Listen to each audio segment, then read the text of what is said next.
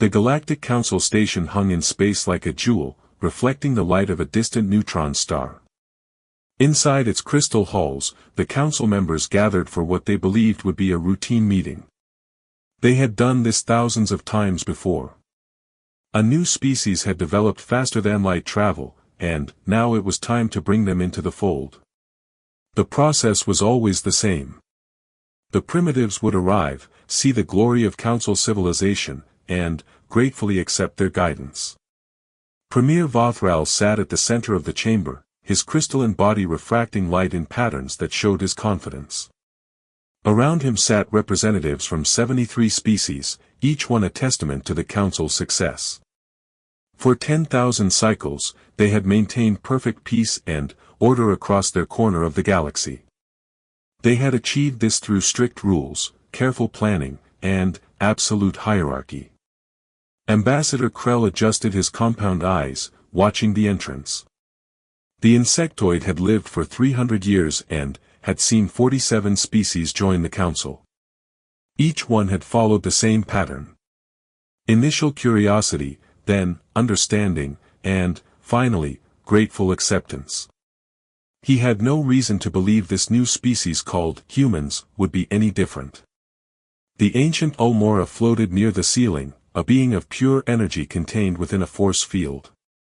In all his thousands of years, he had rarely seen anything truly surprising. Today, he felt an odd sensation in his consciousness. Something he had almost forgotten. Curiosity. The doors opened with a gentle hum. Two humans walked into the chamber, their steps echoing on the polished floor. Jaiwan led the way, his dark eyes taking in everything with calm assessment. Behind him walked Hyan, carrying a data pad and looking around with barely concealed fascination. They wore simple uniforms, blue and white, with a small emblem on their shoulders showing a blue and green planet. The council members observed them with interest. These humans were bipedal, covered in soft skin, with hair on their heads. They looked remarkably fragile compared to most species. No natural armor, no claws, no enhanced sensory organs. Just soft flesh and bone. Several council members exchanged glances that clearly said, "These primitives won't last a day without our protection." Premier Vothral's voice resonated through the chamber, translated instantly into thousands of languages. "Welcome, humans of Earth. We are the Galactic Council, guardians of peace and civilization. We have watched your species develop faster than light travel. This is a great achievement for such a young race. We now offer you the privilege of joining our community." Jaiwan bowed slightly, a gesture of respect. "We are honored by your invitation, Premier. Humanity has dreamed of this moment for centuries." "Excellent," Vothral continued, his tone warm but patronizing. "We have prepared the Accords of Integration for you.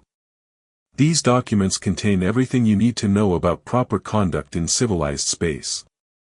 They detail the technologies you must adopt, the weapons you must surrender, and the oversight you must accept. This process has brought peace to 73 species. It will bring peace to yours as well." A holographic document appeared before Jaiwan and Hyan.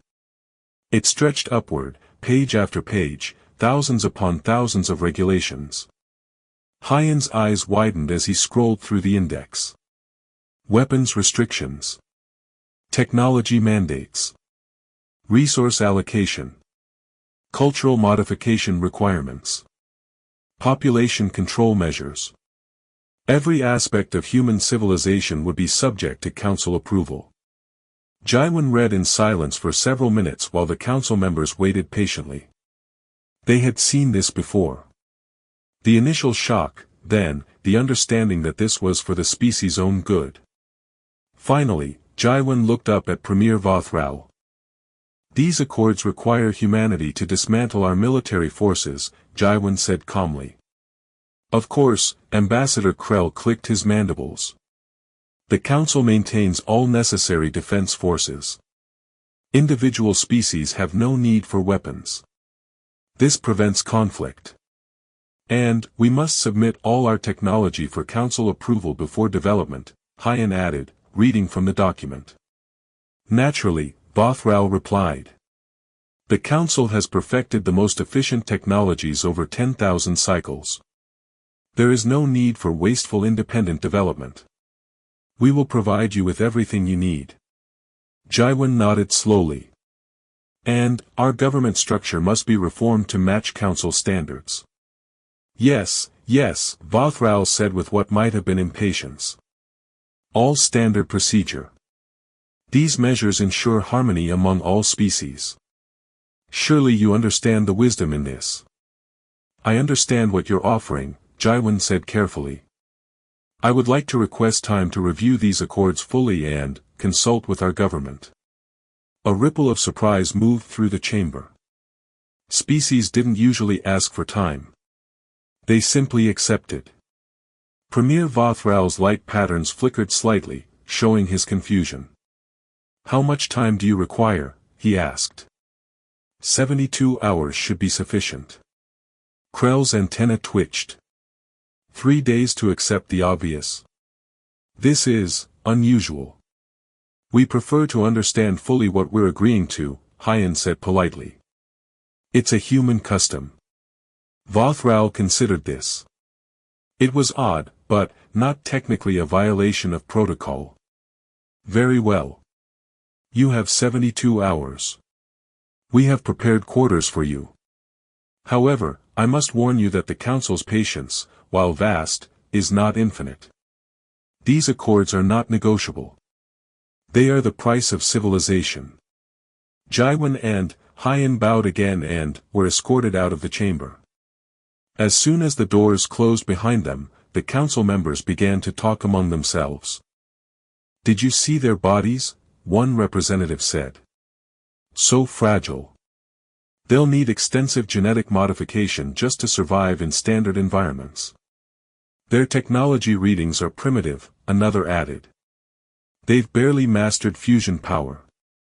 They'll be dependent on us for everything. I give them 6 months before they're completely integrated, Krell predicted. They have no choice, really. Out here, without our protection, they would be conquered or destroyed within a year. Only Omura remained silent, watching the door where the humans had departed. Something about them disturbed him, though he couldn't quite identify what. The way Jaiwan had looked at the accords wasn't fear or confusion. It was something else. Something Omura hadn't seen in a very long time. It was calculation. In their assigned quarters, Jaiwan and Hyan sat at a table, the accords of integration displayed between them. Neither spoke for several minutes as they read through the documents more carefully. Finally, Hyan broke the silence. They want to completely dismantle everything we are. Our military, our government, our right to develop our own technology. We'd be a vassal state in everything but name. Jaiwan leaned back in his chair. They've done this to 73 other species. And, it worked every time. What do we do? Jaiwan looked at his colleague, then, smiled slightly. It wasn't a friendly smile. It was the smile of someone who had made a decision and accepted all the consequences that would follow. We do what humanity has always done when someone tells us to surrender our freedom, Jaiwan said quietly. We politely decline. Hyan's eyes widened. They won't accept that. You heard them. These accords aren't negotiable. Then, we'll make them negotiable. How? They have 73 species behind them. Thousands of years of civilization. Technology far beyond ours in some areas. What do we possibly have that could make them listen? Jaiwan stood and walked to the window, looking out at the stars. Somewhere out there, hidden in the darkness, was the human fleet.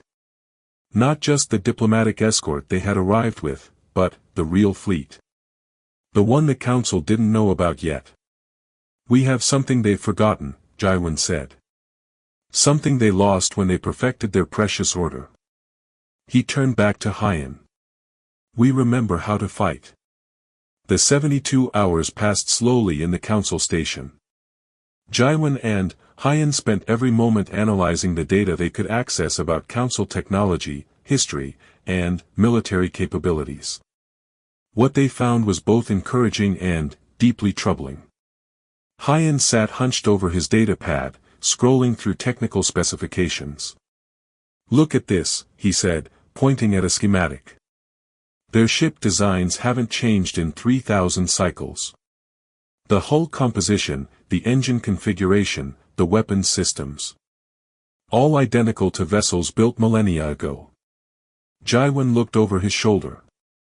"They've optimized everything to perfection." "No," Hyan shook his head. "They've stagnated. There's no innovation here. No experimentation. They found formulas that worked and stopped trying to improve. Even their computer systems use architecture that's ancient by their own timeline. Why would they stop developing new technology?" "Because they didn't need to," Hyan said.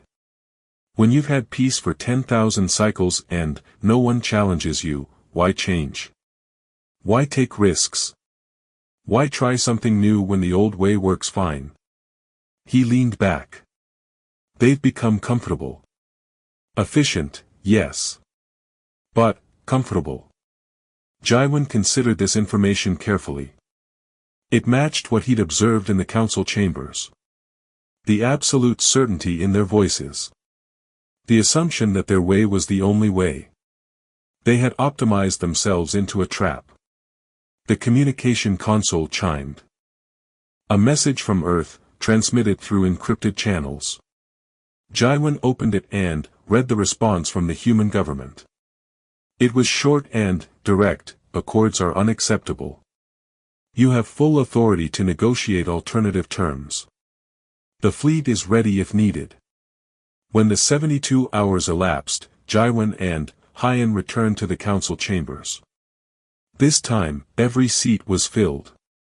Word had spread that the humans were taking an unusually long time to accept the obvious. Some council members were curious. Most were simply annoyed at the delay. Premier Vothral's crystals gleamed with confidence. "Welcome back, humans.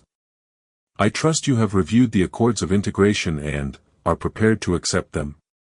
Jaiwan stood straight, his voice clear and firm.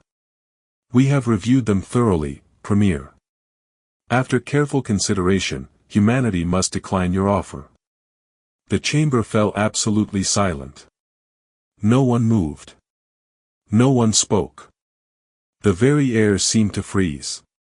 Then, all at once, dozens of voices erupted in confusion and disbelief. "Decline." Ambassador Krell rose from his seat. "You cannot decline. This is not an offer.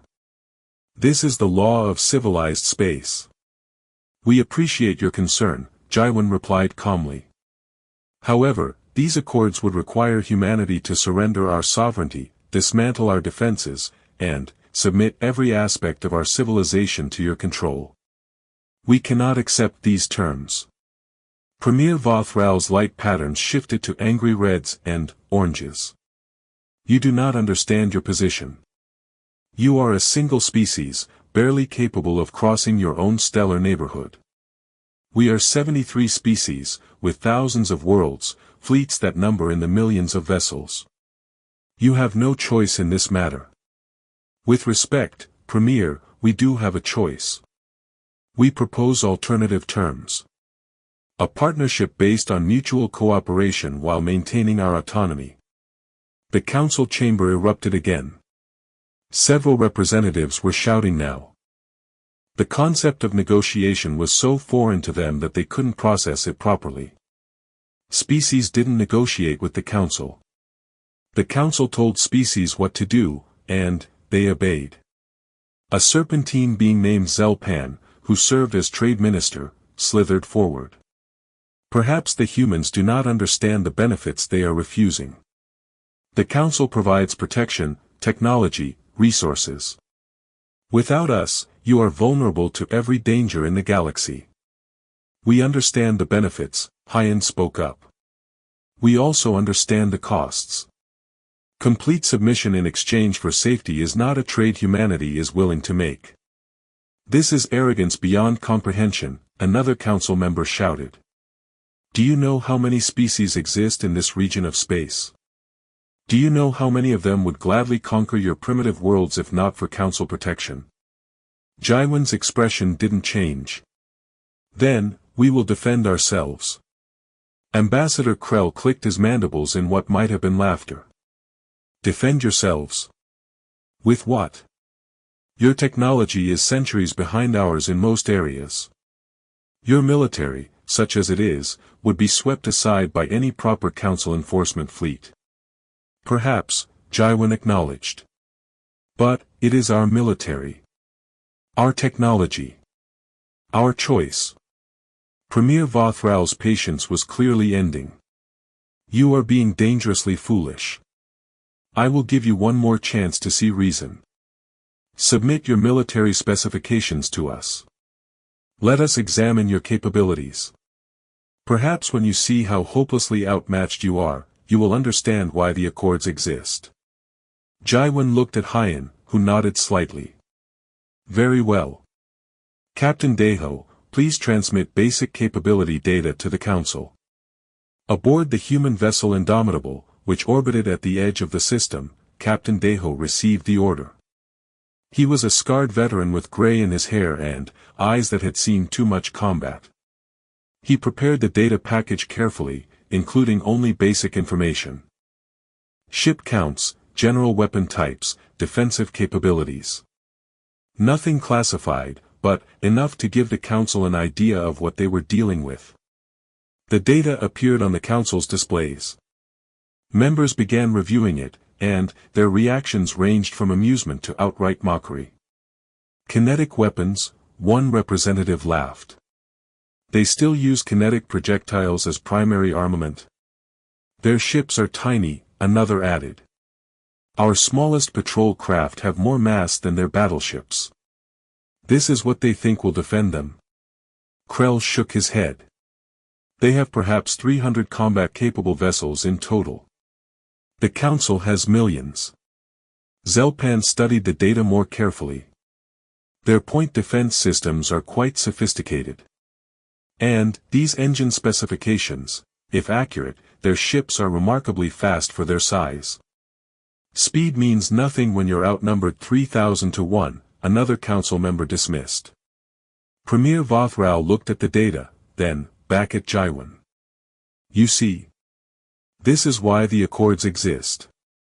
You are children playing with dangerous toys. Without Council guidance, you will be destroyed. Perhaps, Jaiwan said again, his tone unchanged. But, we will face that destruction as free beings, not as subjects who traded their independence for safety. The chamber fell quiet again, but, this time the silence was different. It was the silence of dawning realization. These humans were serious. They would actually refuse the Council's protection.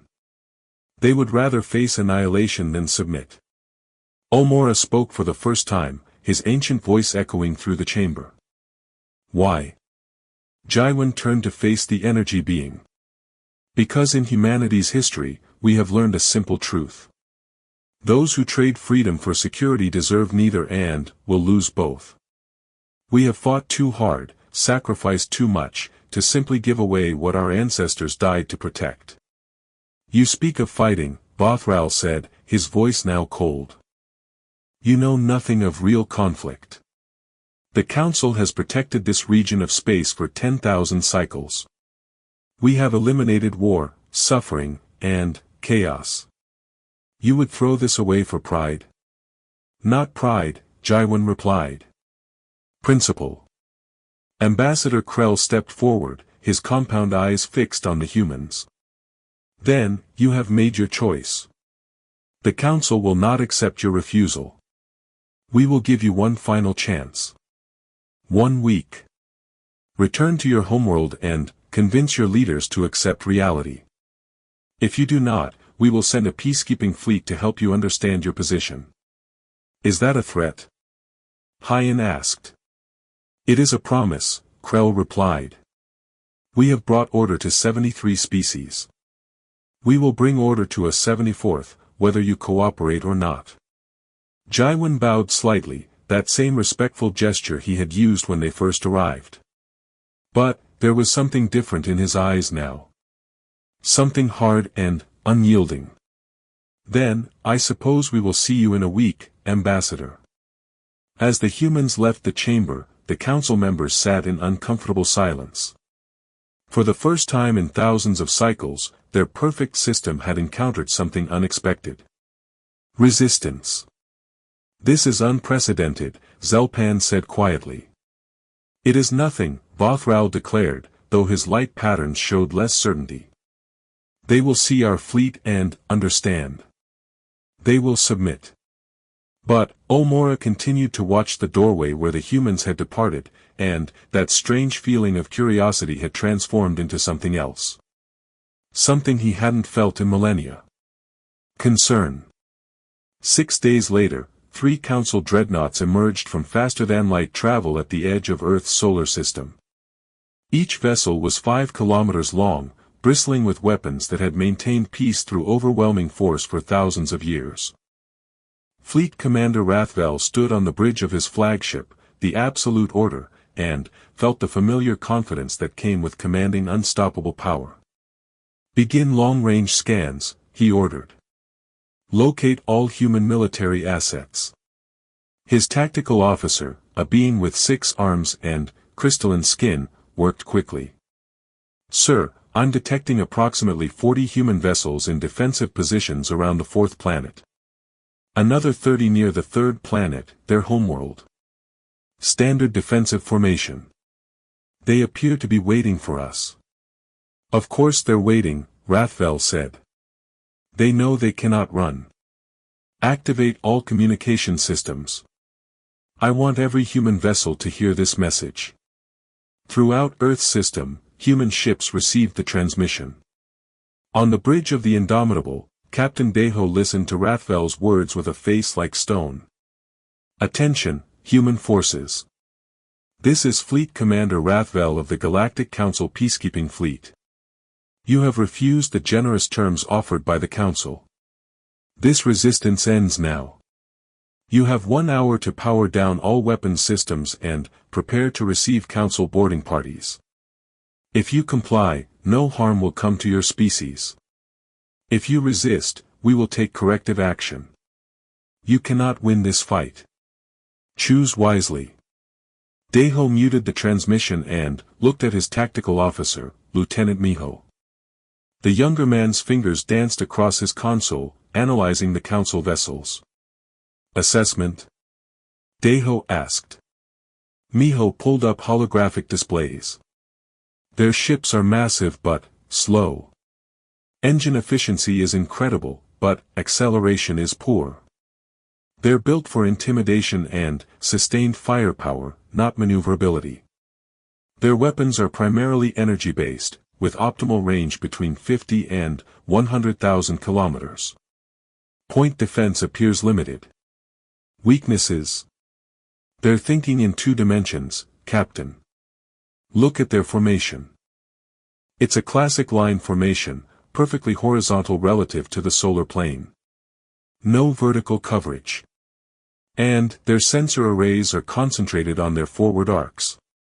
They're not expecting anything from above or below. Deho smiled grimly. They've been at peace so long they've forgotten that space has depth. Sir, his communications officer interrupted.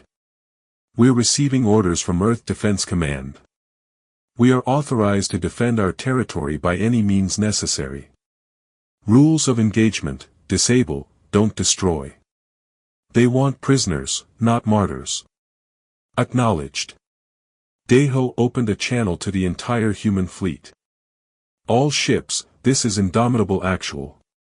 Execute Defensive Plan Omega. Fighter squadrons, you are weapons free.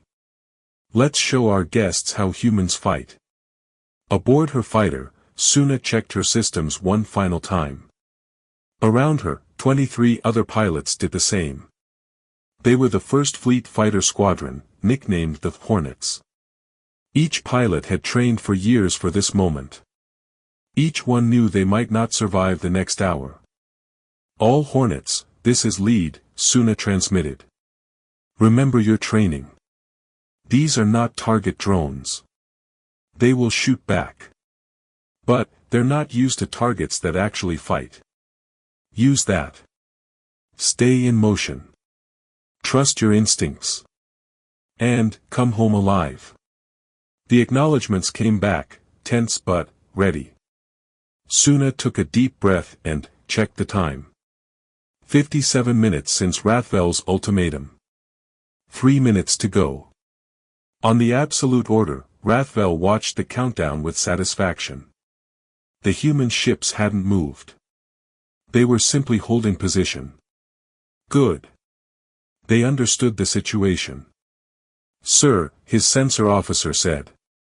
I'm detecting unusual readings from the human vessels. They're venting atmosphere from non-critical sections. Life support is being routed to core areas only. They're preparing for combat damage, Rathvel realized. Reducing the risk of decompression. He felt a flicker of respect. They knew they would be hit and were taking sensible precautions. It wouldn't save them, but it showed intelligence. 1 minute, his tactical officer announced. Rathvel opened a final channel. Last chance, humans. Power down your weapons. Deho's reply was short. No. So be it. Rathvel gestured to his weapons officer. Target the human outpost on their fourth planet's largest moon. Single lance strike. No one is stationed there. This will be a demonstration only. The massive energy lance fired, a beam of concentrated power that crossed the distance in seconds. It struck the outpost dead center, vaporizing the structure in an instant. Message sent, Rathvel said with satisfaction. Now they will understand. But, on the Indomitable, Miho was smiling. They just made their first mistake. Explain, Deho ordered. That outpost wasn't empty, sir. Well, no humans were there. But, we had it packed with sensor equipment and signal repeaters. They just destroyed our Trojan horse. And, when their lance fired, our sensors recorded everything. Energy signature, frequency, focal point. I can now predict their weapon patterns with 93% accuracy. Good. Execute Omega. What happened next would be studied in Council military academies for generations, though most would refuse to believe it was possible. The human fighters launched first, accelerating at rates that should have been impossible for craft with living pilots. Suna's fighter pulled 7 gravities as she angled her approach vector. Behind her visor, her face was locked in a grimace, but her hand stayed steady. Hornets, attack pattern Delta. Hit them from above. The fighters climbed relative to the solar plane, their engines burning hard. The Council dreadnoughts began tracking them, but slowly. Their targeting systems had optimal performance windows based on thousands of years of data. Windows that assumed enemies would approach along predictable vectors. Suna's fighters weren't predictable. They came in from a 70-degree angle, spinning and weaving, each one following a slightly different course. The Council's point defense opened fire, energy bolts filling space with deadly light. Break and scatter. Suna ordered.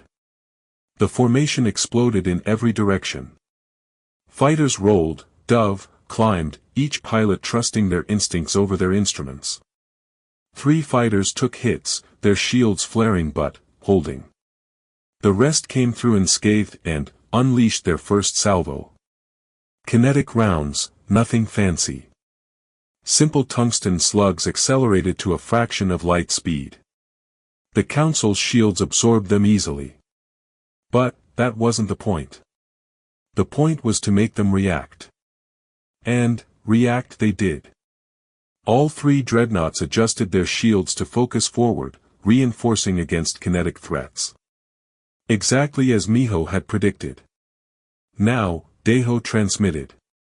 The human capital ships, which had been sitting motionless, suddenly accelerated. Not toward the Council fleet, but perpendicular to it. They swung wide, burning hard, moving into positions above and below the enemy formation. Rathvel watched his displays with growing alarm. They're flanking us. Adjust formation. Bring all shields to full coverage. Sir, that will reduce our forward shield strength by 40%. Do it. And, return fire. All batteries. The Council dreadnoughts opened up with everything they had. Energy lances stabbed through space, each one capable of cutting a human ship in half. But, the human vessels were already moving, and, they moved like nothing Rathvel had ever seen. The Indomitable rolled 90 degrees, the energy lance passing through the space where it had been a half-second before. Another human destroyer dove toward the solar plane, a second lance missing by meters. A frigate activated thrusters on every facing, shifting its vector in 3 directions simultaneously in a maneuver that should have torn the ship apart. How are they doing that? Rathvel's tactical officer stared at the displays. Those acceleration forces should kill their crews. But, humans had been dealing with high-gravity maneuvers for centuries. Their bodies were adapted to it, trained for it. Their ships were built around it. What the Council considered impossible was, for humans, merely difficult. Miho's console lit up with target locks. Captain, we have firing solutions on all 3 vessels. Their shields are dispersed. Critical systems are exposed. Target their engines first. I want them dead in space, not destroyed. Aye, sir. The human fleet fired in unison. Not energy weapons, which the Council had optimized their defenses against. Instead, they used missiles.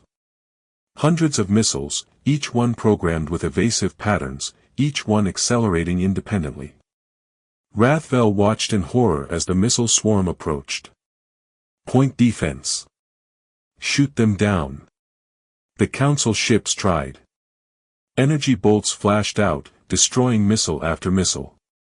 But, there were too many, coming from too many directions. The missiles weren't following ballistic courses. They were actively evading, jinxing, spreading out. 30 missiles reached the absolute order. They struck the engine section, their shaped charges designed specifically to disable rather than destroy. Explosions blossomed across the dreadnought's stern. Primary power failed. Backup systems engaged, but the massive ship was no longer capable of meaningful acceleration. The other 2 dreadnoughts fared no better. Within 10 minutes of the engagement starting, all 3 Council vessels were crippled, their weapons offline, their engines dead. And, then, soon as fighters came back. They screamed in from every angle, weapons cold, flying so close to the disabled dreadnoughts that their shields actually touched. It was a demonstration of skill, of courage, and, of barely controlled aggression. They could have fired. They could have destroyed the helpless ships. Instead, they performed what human pilots called a flyby salute. And, then, they turned and headed back to their carriers, leaving the Council fleet floating in the dark, defeated but alive. On the absolute order, Rathvel sat in his command chair, staring at the displays in disbelief. His invincible fleet. His proud record of never losing a battle. Gone. Destroyed in less than half an hour by vessels a fraction of his size. Sir, his communications officer said quietly. We're receiving a transmission from the human flagship. Deho's face appeared on the screen. His expression was calm, almost gentle. Commander Rathvel, your ships are disabled but intact. Your crews are unharmed. We will provide humanitarian assistance and help restore your life support to full capacity. However, your weapons will remain offline. When you are ready to leave, we will escort you back to Council space. Please inform your superiors that humanity does not wish for conflict. But, we will not submit. We hope this demonstration has made our position clear. The transmission ended. Rathvel sat in the darkness of his ship, surrounded by the evidence of his defeat, and understood with terrible clarity that the Council had made a grave miscalculation. These humans weren't primitives to be easily controlled. They were something the Council had forgotten existed. They were warriors. The emergency session of the Galactic Council was the largest gathering in 3,000 cycles. Every member species had sent their highest representatives. The chamber was packed with beings of every conceivable form, all of them united by a single emotion: fear. The news of Rathvel's defeat had spread through Council space like wildfire. 3 dreadnoughts, disabled in under 30 minutes. A fleet commander who had never lost a battle, humiliated by primitives. The impossible had happened, and no one knew what to do about it. Premier Vothral stood at the center of the chamber, his crystalline form flickering with colors that betrayed his inner turmoil. Around him, council members argued, shouted, and demanded action. Some wanted immediate military retaliation. Others suggested diplomatic isolation. A few, very quietly, whispered that perhaps humanity had a point. Ambassador Krell's voice cut through the chaos. This is a disaster. We allowed them to make fools of us. We must respond with overwhelming force. Send 50 dreadnoughts. 100. However many it takes to crush their resistance. And what if they defeat those as well? A Serpentine representative asked. What if we lose 100 dreadnoughts? What then? Impossible. They were lucky once. That's all. Lucky? Zelpan's voice was sharp. Commander Rathvel's report describes tactics we have never encountered. Weapons usage we did not anticipate. Maneuvers our ships cannot replicate. This was not luck. This was skill. The argument continued, growing more heated by the moment. Finally, Premier Vothral raised his hands, and silence fell. Enough, he said. We are acting like frightened children. We are the Galactic Council. We have maintained peace for 10,000 cycles. We will not be undone by a single species, no matter how surprisingly capable they are. He paused, his colors settling into a determined pattern. I have sent a message to the human leadership. I have requested that they send their representatives here to explain themselves. Not to negotiate. Not to bargain. But, to explain why they have chosen this path of destruction. They will refuse, Krell predicted. They have already accepted, Vothral replied. On one condition. We must listen to their full story. The history of their species and their world. They claim this will help us understand their actions. A waste of time, another council member grumbled. Perhaps, Vothral acknowledged. But, we will grant them this. Let them speak. Let them explain. And, then, we will decide what must be done about the human problem. 2 days later, Jaiwan and Hyan returned to the council chambers. But, this time, they were not alone. With them came Myri, a human historian whose life's work had been studying the development of human civilization. She was an older woman with gray hair and eyes that had seen much, both in ancient texts and in the living world. The 3 humans stood before the assembled council, facing thousands of representatives from dozens of species. The weight of those stares would have crushed most people. Jaiwan, Hyan, and Myri stood straight and unafraid. You asked us to explain ourselves, Jaiwan began. To help you understand why we refuse to accept your accords. To understand why we fight when you expected us to submit. Very well. But, to understand humanity's present, you must first understand our past. Myri. The historian stepped forward and activated a holographic projector. An image appeared in the center of the chamber. A blue and green planet, beautiful and vibrant. This is Earth, Myri said simply. Our home. To you, it might look like paradise. We call it something else. We call it a death world. The image changed. Now it showed Earth's surface. Massive storms that could flatten cities. Earthquakes that split the ground. Volcanoes erupting with enough force to blot out the sun for years. Tsunamis that devoured coastlines. Earth is a planet that constantly tries to kill everything living on it, Myri continued. Our atmosphere has changed dramatically multiple times in our history. We have survived 5 major extinction events. Ice ages that covered most of the planet. Impacts from space that destroyed 90% of all life. This is the world that shaped humanity. The council members watched in growing horror as the images continued. Predators with massive claws and teeth. Diseases that killed millions. Natural disasters that struck without warning. Most of you evolved on stable worlds, Myri said. Worlds with predictable weather. Gentle seasons. Few predators. Your species developed intelligence in environments that rewarded cooperation and careful planning. Earth rewarded something different. Earth rewarded adaptability. Aggression. The ability to face impossible odds and survive anyway. Hyan took over the presentation. Humans are not the strongest species on our planet.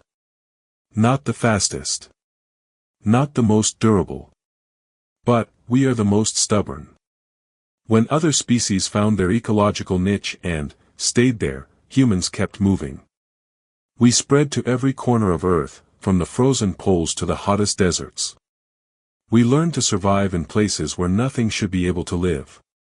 The images showed human history. Primitive tribes huddling around fires. Early civilizations building structures that defied logic. Humans crossing vast oceans in tiny boats, not knowing if there was anything on the other side. But, the cruelest predator we ever faced, Jaiwan said quietly, was ourselves. The images changed again, and, this time even the most alien council members understood what they were seeing. War. Not the clean, organized warfare of advanced civilizations, but, brutal, terrible conflict. Myri's voice was heavy with old sadness. We fought each other for resources. For land. For beliefs. For power. We developed weapons of incredible sophistication, not to fight external threats, but to kill our own kind more efficiently. The council watched as human history unfolded. Empires rising and falling. Wars that consumed entire continents. Weapons that grew ever more deadly. And, finally, the ultimate horror, mushroom clouds rising over cities, the unleashing of atomic fire. We nearly destroyed ourselves, Myri said.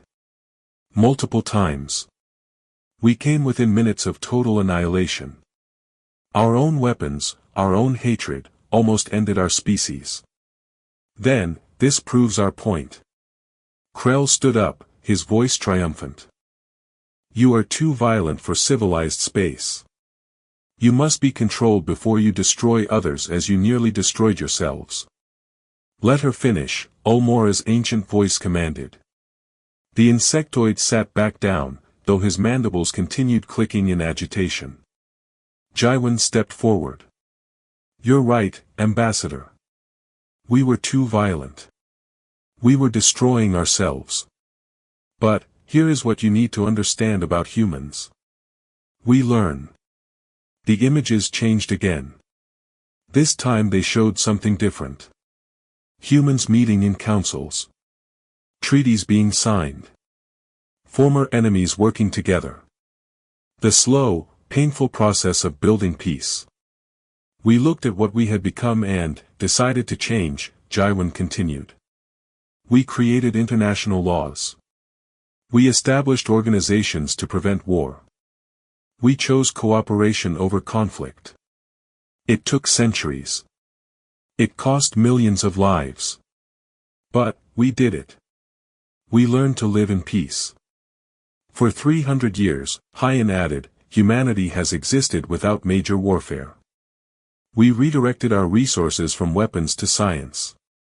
From destruction to exploration. We healed our world. We reached for the stars. Not because war was impossible, but because we chose something better. Myri's voice was firm now. But, here is what we will never do. We will never forget. We will never forget that peace must be fought for. That freedom has a cost.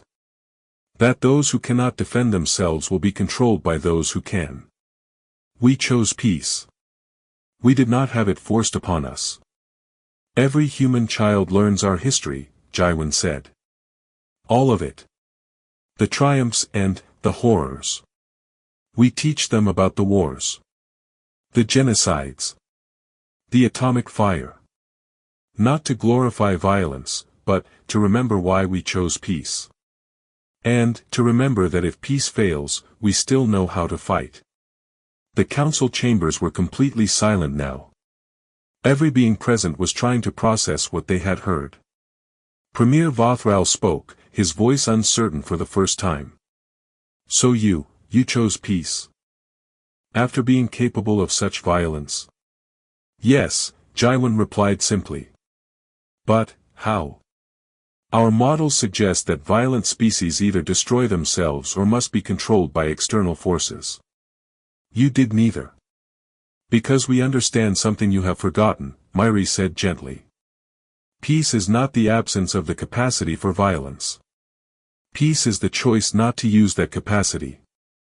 Your council has maintained peace through control and overwhelming force. You have removed the choice. What you have is not peace. It is simply the absence of rebellion. We have protected countless species. Vothral's colors flared. We have prevented wars. We have saved billions of lives. By making them all the same, Hyan replied. By removing their right to be different. To develop their own technologies. To make their own mistakes and learn from them. You have created order, Premier. But, order without freedom is just another word for prison. A young council member, representing a species that had joined only 200 cycles ago, spoke up hesitantly. But, isn't safety more important than freedom? Jaiwan looked at the young representative. There is an old saying among humans. Those who would trade essential liberty for temporary safety deserve neither and will lose both. Your council has given you safety, yes. But, what happens when a threat appears that your council cannot handle? What happens when your perfect order faces something truly dangerous? You will have forgotten how to fight. How to adapt. How to survive. Omora floated down from his position near the ceiling. The ancient being's voice resonated through the chamber. They are right. Gasps echoed through the crowd. Omora had not spoken his own opinion in thousands of cycles. I have lived longer than most of you combined, Omora continued. I remember when the council was young. I remember when we still innovated. When we still took risks. When we still remembered that peace is something you build, not something you enforce. We have become soft. Comfortable. We have forgotten the lessons that these humans have learned through blood and fire. What are you saying? Vothral demanded. I am saying that humanity's refusal is not a problem to be solved. It is a lesson to be learned. They have shown us what we have lost. The strength to stand alone. The courage to make our own choices. The memory of why peace matters. Omora turned to face Jaiwan. You said you know how to fight. But, you choose peace. Can you teach us to do the same? Before Jaiwan could answer, alarms began blaring throughout the station. The alarms cut through the chamber like a knife through silence. Red emergency lighting flooded the space as council members rose from their seats in confusion and fear. A massive holographic display materialized in the center of the room, showing the edge of council space. Report. Premier Vothral commanded, his crystalline form pulsing with urgent colors. A communications officer's voice came through, trembling with barely controlled panic. "Premier, we have a situation at the outer rim. Multiple sensor stations have gone offline. Before we lost contact, they transmitted a single message. The Devourers have awakened." The chamber erupted in chaos. Even the humans could sense the terror in the room, though they didn't understand its source. Ambassador Krell's compound eyes widened to their maximum, his entire body trembling. Other council members were making sounds of distress in languages the translator couldn't process, because some fears ran too deep for words. "What are the Devourers?" Jaiwan asked, but no one heard him over the panic. Omora descended to the floor, his energy form pulsing with memories thousands of years old. "The Devourers are our oldest nightmare. A machine intelligence created by the ancients, civilizations that existed before the Council. They were designed to be the perfect weapon. Self-replicating. Adaptive. Utterly without mercy. The ancients lost control of them, and the Devourers consumed everything. Entire star systems. Whole civilizations. The ancients managed to lock them away, deep in a stellar tomb at the galactic rim. We thought they would sleep forever. How do we know they're truly awake?" Hyan asked. The display shifted, showing what little data had been received. Ships. Thousands of them, perhaps millions, all identical in design. Sleek, black, efficient. They moved through space like a swarm of insects, consuming every artificial structure they encountered. And, with each structure consumed, more ships appeared. They reproduce using any available matter, Omora explained. Every ship they destroy becomes raw material for more Devourers. Every station, every satellite. They learn from everything they encounter, adapting their tactics in real time. The ancients created the perfect predator, and we are the prey. Premier Vothral was already issuing orders. Deploy the Third Fleet to the outer rim. Establish a defensive perimeter. We must contain them before they reach core systems. Premier, Jaiwan stepped forward. With respect, your fleet cannot stop them. How would you know? Krell snapped. You know nothing of the Devourers. I know that your ships haven't changed in 3,000 cycles, Jaiwan replied calmly. I know that your tactics are optimized for overwhelming force against conventional threats. The Devourers are not conventional. They adapt. Every engagement will make them stronger, better prepared for the next one. Your optimized systems are predictable. Predictability against an adaptive enemy is suicide. Then, what do you suggest? Vothral's voice was sharp, but there was desperation beneath it. That we do nothing. I suggest you let us help. The chamber fell silent. All eyes turned to the three humans standing calmly in the midst of chaos. You. Krell's voice dripped with disbelief. You want to fight the Devourers? Your tiny fleet against a threat that destroyed civilizations far greater than yours? Yes, Jaiwan said simply. This is madness. Perhaps, Hyan interjected. But, consider this. The Devourers will have data on Council ships, Council weapons, Council tactics. All of it recorded from ancient battles. They will know exactly how you fight because you fight the same way you did thousands of years ago. But, they have never encountered humans. We are an unknown variable. Myri added, and we are very good at fighting enemies that should be able to destroy us. It's what we've done our entire history. Premier Vothral looked at the display, then, at the humans, then, at Omora. The ancient being nodded slowly. Let them try. We have nothing to lose that we won't lose anyway. I will not allow this. Krell stood. To trust our survival to these primitives is dash, the display flashed red. New data was coming in.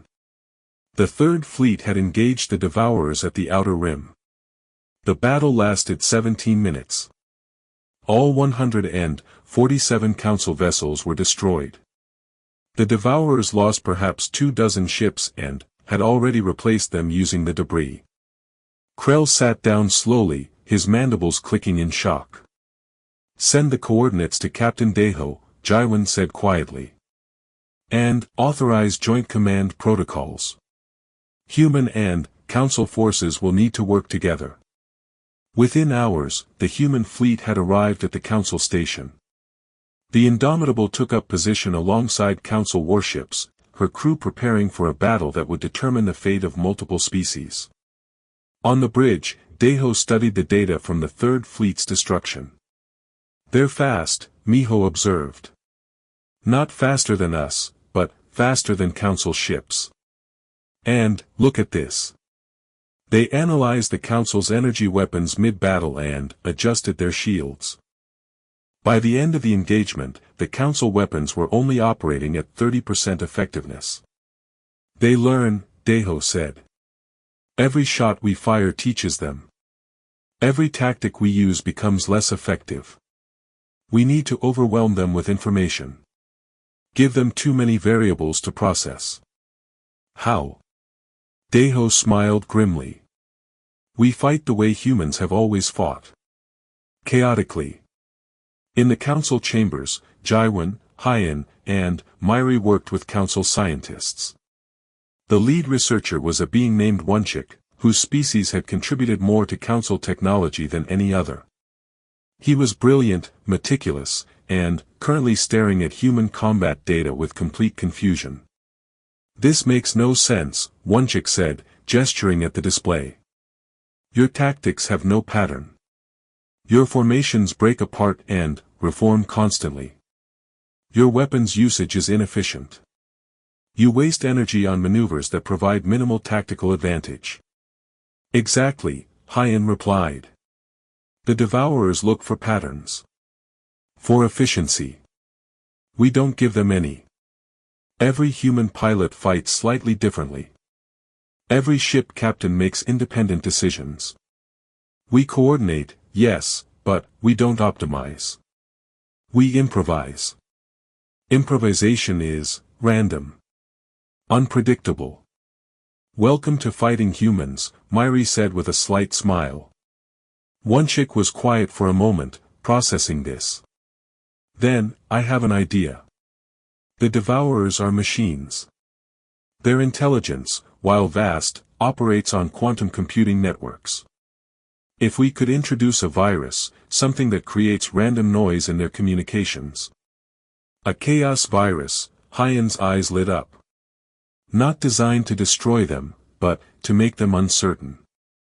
To force them to second-guess their own data." "Can you build it?" Jaiwan asked. "Given time, yes. But, deploying it will be nearly impossible. We would need to get close enough to breach their network directly." "Leave that to us," Jaiwan said. The combined fleet met the Devourers 3 days later at a system called Kale 7. The Devourer swarm numbered in the thousands, a dark cloud of identical vessels moving with perfect coordination. Against them stood 200 council ships and 70 human vessels. The odds were terrible. "All ships, this is Indomitable Actual," Deho transmitted. "You know the plan. Council forces will engage at range and draw their attention. Human fighters will penetrate their formation and deploy the virus. Once the virus is active, we all hit them with everything we have. No patterns. No predictability. Make them fear chaos." In her fighter, Suna ran through her final checks. Around her, 49 other pilots did the same. They had volunteered for this mission knowing the odds. Knowing that many of them wouldn't come back. "Hornets," Suna said quietly. "We've trained our whole lives for this. Not for glory. Not for medals. But, for this moment. To protect those who cannot protect themselves. To stand between the darkness and the light. Today, we show the galaxy what it means to be human." Today, we fly into hell itself and, we do not flinch. Are you with me? The responses came back, every voice steady despite the fear. Affirmative, lead. We're with you. The battle began. Council dreadnoughts opened fire from maximum range, energy lances stabbing through space. The Devourers moved to intercept, their shields adapting even as they advanced. But, the Council's fire was just the opening move. Human ships accelerated from 3 different vectors, moving fast, their courses deliberately erratic. The Devourers tried to track them, but, humans refused to follow predictable patterns. Ships rolled for no tactical reason. They fired missiles on ballistic courses that seemed to target empty space. They broadcast music, human war songs, across every frequency.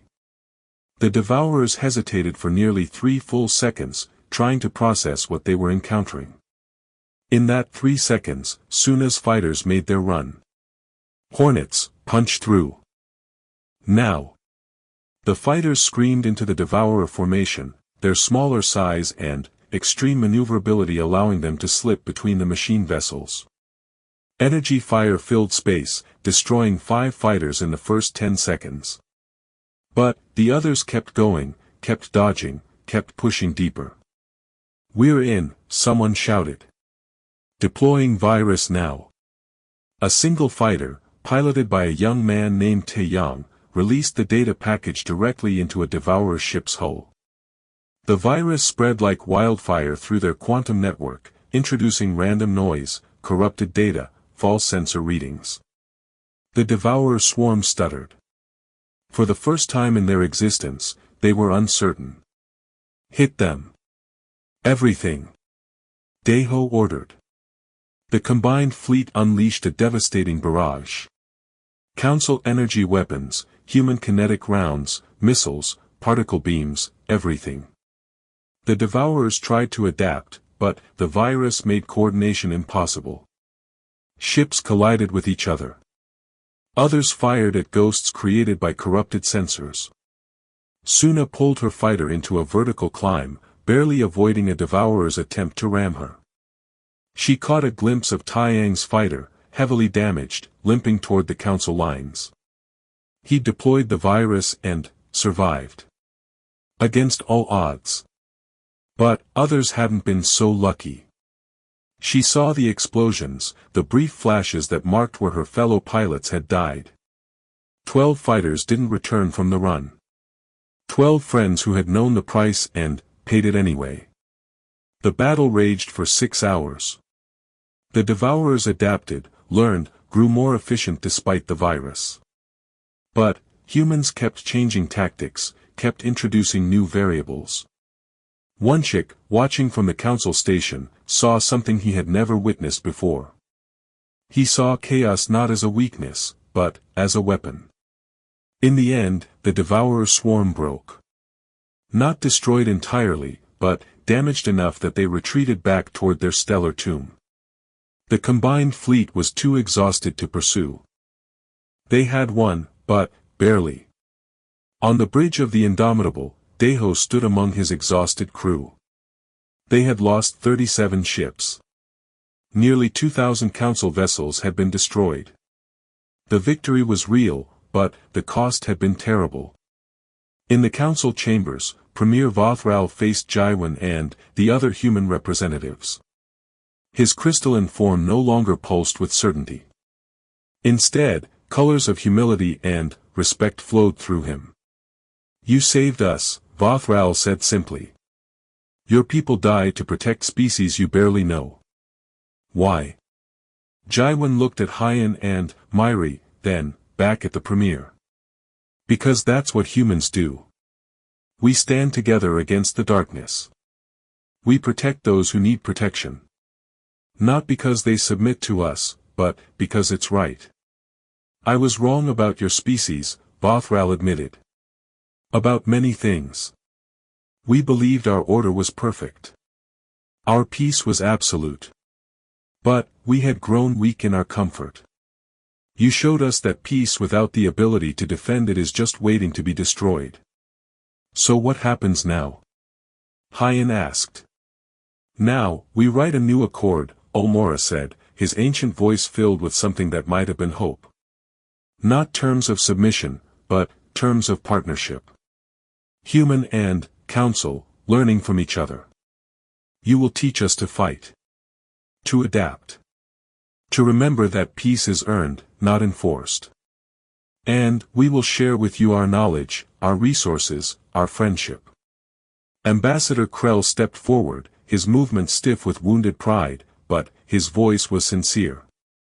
I underestimated you. I thought strength was measured in fleet size and weapon power.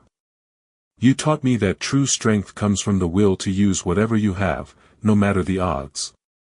The Council would be honored to stand beside humanity as equals. Jaiwan smiled, and, for the first time since arriving at the Council station, it was a smile without tension. We accept. On one condition. Name it, Vothral said. Remember that we're all still learning. Humans. Council species. All of us. We're going to make mistakes. We're going to disagree. But, we face those challenges together, as partners who respect each other's right to be different. Agreed. The new accords were signed 1 week later. They were nothing like the original documents. They spoke of mutual cooperation, shared defense, cultural exchange. They recognized the sovereignty of each species while acknowledging the benefits of working together. Most importantly, they recognized that diversity of thought, of tactics, of culture, was not a weakness to be eliminated but a strength to be celebrated. As Jaiwan, Hyan, and Myri prepared to return to Earth, Wunchik approached them. The Council scientist had spent the past days analyzing human technology, human tactics, human thinking. I have a question, he said. How did you know? How did you know that chaos could defeat perfect order? Myri answered, her voice gentle with old wisdom. Because we learned it the hard way. Earth taught us that perfection is brittle. It cannot adapt. Cannot survive the unexpected. But, chaos, controlled chaos, that can survive anything. Even itself. Wunchik nodded slowly. Will you teach us? Not just your military tactics, but your philosophy. Your art. Your music. All the beautiful, chaotic things that make humanity what it is. Of course, Hyan said. That's what partners do. Months later, human instructors taught at Council military academies. Council scientists worked in human laboratories. Cultural exchange programs saw humans living on alien worlds and aliens experiencing Earth's dangerous beauty. It wasn't always easy. There were misunderstandings, conflicts, debates. But, there was also growth. Innovation. New technologies developed through cooperation. New tactics born from combining Council efficiency with human creativity. New friendships forged between species who had once been strangers. Aboard the Indomitable, Captain Deho stood on the bridge with Miho, watching a joint patrol exercise. Human and Council ships flew together, their formations a beautiful blend of order and controlled chaos. Think it'll last? Miho asked. The partnership? Yes. Because both sides chose it freely. Because we respect each other. Deho smiled. Besides, the universe is a dangerous place. Having friends makes it a little less so. In the Council chambers, Premier Vothral sat with Ulmora, reviewing reports from across Council space. Innovation was up. New technologies were being developed. Species that had been stagnant for thousands of years were suddenly exploring new ideas. They changed everything, Vothral said quietly. In a matter of months, humanity has shaken the foundations of our entire civilization. No, Ulmora corrected gently. They reminded us of what we had forgotten. That civilization is not about perfection. It is about the struggle to be better. The courage to try new things. The strength to face the unknown and say, we will survive this, together. Do you think there are more threats out there? More things like the Devourers? Undoubtedly. The universe is vast and full of dangers we cannot imagine. Then, I am glad, Bothral said, that when those dangers come, we will face them with humanity beside us. Far out in space, beyond Council territory, beyond human space, the Devourer remnants floated in the darkness. They processed the data from their defeat, analyzing, learning. They had encountered something new. Something they had not been designed to fight. They had encountered chaos. And, for the first time in their existence, the Devourers felt something approximating fear. But, in the warm light of inhabited space, in stations where humans and aliens worked side by side, in classrooms where children of different species learned together, in the bridges of ships crewed by beings from a dozen worlds, there was something stronger than fear. There was hope. And, as the joint fleet patrolled the boundaries between light and darkness, each ship bearing both Council insignia and human flags, the message was clear to anyone watching. The Council had finally understood. Together, they were ready.